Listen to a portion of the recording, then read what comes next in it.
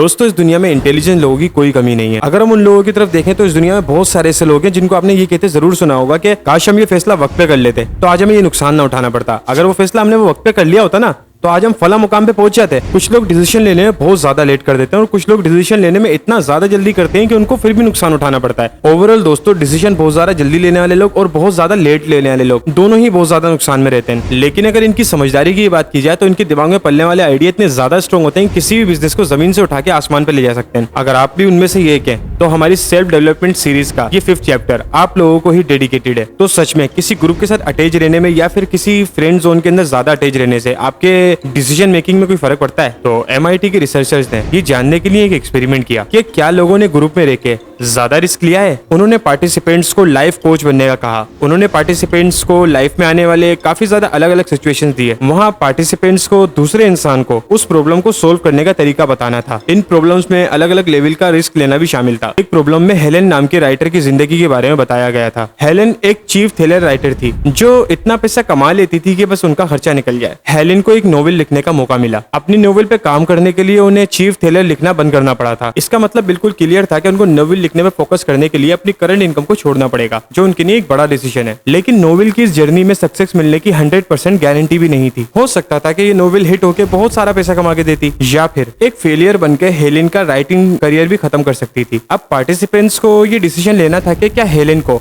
एक नोवेल लिखने के लिए अपनी राइट इनकम को बंद कर देना चाहिए या फिर नहीं। रिसर्चर्स ने इन पार्टिसिपेंट्स को ये प्रॉब्लम अकेले ही सोल्व करने के लिए कहा और इसके बाद उन्हें 5-5 के ग्रुप में डिवाइड होने का फैसला करने के लिए भी कहा गया। इससे रिसर्चर्स को ये पता चला कि अकेले लिए गए फैसले के मुकाबले ग्रुप में लिया गया फैसला ज्यादा रिस्की था। इस बात से ये साबित हो गया कि ग्रुप में रहकर आप एक्सट्रीम फैसले लेते हैं और अगर ग्रुप में रिस्क टेकर यानी कि ज्यादा रिस्क लेने वाले लोग हैं तो उनके फैसलों में ज्यादा बहादुरी दिखाई देती है। अगर ग्रुप के पार्टिसिपेंट्स कंजर्वेटिव यानी कि छोटी सोच वाले होंगे या फिर फैसलों से डरने वाले होंगे तो उनका फैसला हेलेन को अपनी नोवेल छोड़कर अपनी करंट इनकम पे फोकस करने के लिए मजबूर कर देगा। एक ग्रुप में रहने से आपको फैसले लेने की ज्यादा ताकत मिलती है। अगर आपके दिल में कोई ऐसी इच्छा या फिर कोई प्लानिंग है तो अपने जैसे लोगों के ग्रुप में रहने से उसको बूस्ट मिलता है। कभी कभी आप चौंक जाएंगे कि खास ग्रुप में आप अपना सीक्रेट बता रहे हैं और ऐसा इसलिए होता है क्योंकि इस ग्रुप ने आपको खुलकर बोलने के लिए पुश किया है। कुछ स्टडीज ने यह साबित किया है कि ग्रुप में थिंकिंग से पोलराइजेशन होता है और ऐसा तब होता है जब मजबूत लोगों का फैसला कमजोर लोगों के फैसले को दबा देता है। जैसे कि किसी ग्रुप में कुछ लोगों की मजबूत आवाज होती है, वो लोग कम कॉन्फिडेंट वाले लोगों को अपने फैसले से राजी कर लेते हैं। इस वजह से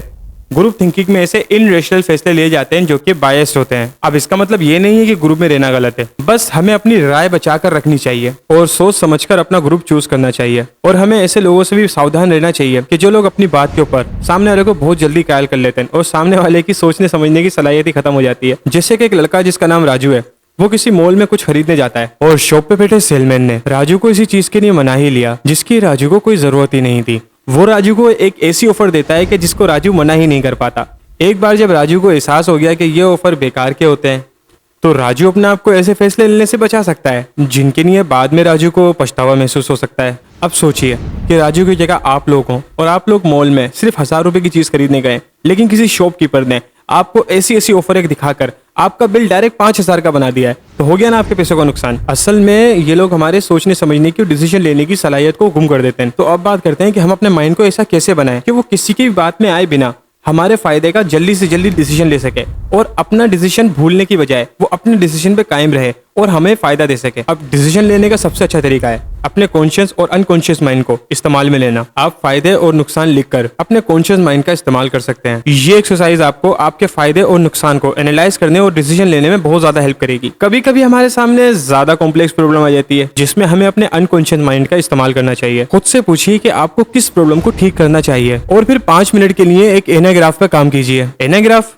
वो क्या होता है? अपने वर्ड्स के लेटर को आपस में बदल के एक टर्म बनाते हैं तो उन्हें एनाग्राफ कहते हैं। जैसे कि अमोटो लफ्ज को बदल के आप एक मशहूर फूड टोमेटो बना सकते हैं। जैसे कि कुछ एनाग्राम का जवाब देने के लिए आप बिना कॉन्शियस थिंकिंग के अपने फैसलों को लिखिए। एनाग्राम पे काम करने से कॉन्शियस माइंड को आराम करने का मौका मिलता है और आपका अनकॉन्शियस माइंड फैसला लेने के लिए आगे आ जाता है। डिसीजन लेने के साथ एक और प्रॉब्लम जुड़ी हुई है जो है पछतावा होना। ये पक्का करने के लिए कि आपको अपने किए गए फैसले में पछतावा ना हो, आपको अपने फैसले लेने से पहले वो सब कुछ करना चाहिए जो भी आप कर सकते हैं ताकि बाद में आपको इसको लेकर के कोई पछतावा ना हो। अगर आपको अपने फैसले लेने के बाद अपने किसी भी काम पे पछतावा होता है तो अपनी गलती को मानिए और फिर उसको ठीक करने के तरीके ढूंढिए। और अगर आपको ये पछतावा है कि आपने कोई काम क्यों नहीं किया, तो उसे करने का वक्त यहीं से आ गया है। आखिर में अगर आपको अपने किए हुए किसी काम पे पछतावा होता भी है, तो अपने थॉट्स को ज्यादा पॉजिटिव थॉट्स में बदलने की कोशिश कीजिए। अपनी प्रेजेंट लाइफ के बारे में सोचिए और गड़े मुर्दे उखाड़ने की बजाय आप ये सोचिए कि आप कितने ज्यादा खुशनसीब हैं। आप सोचिए कि ऊपर वाले ने आपको कितना कुछ दिया है, आपको वो दिमाग दिया है कि आप वो सोच सकें कि हाँ यार मैंने वो गलती की थी,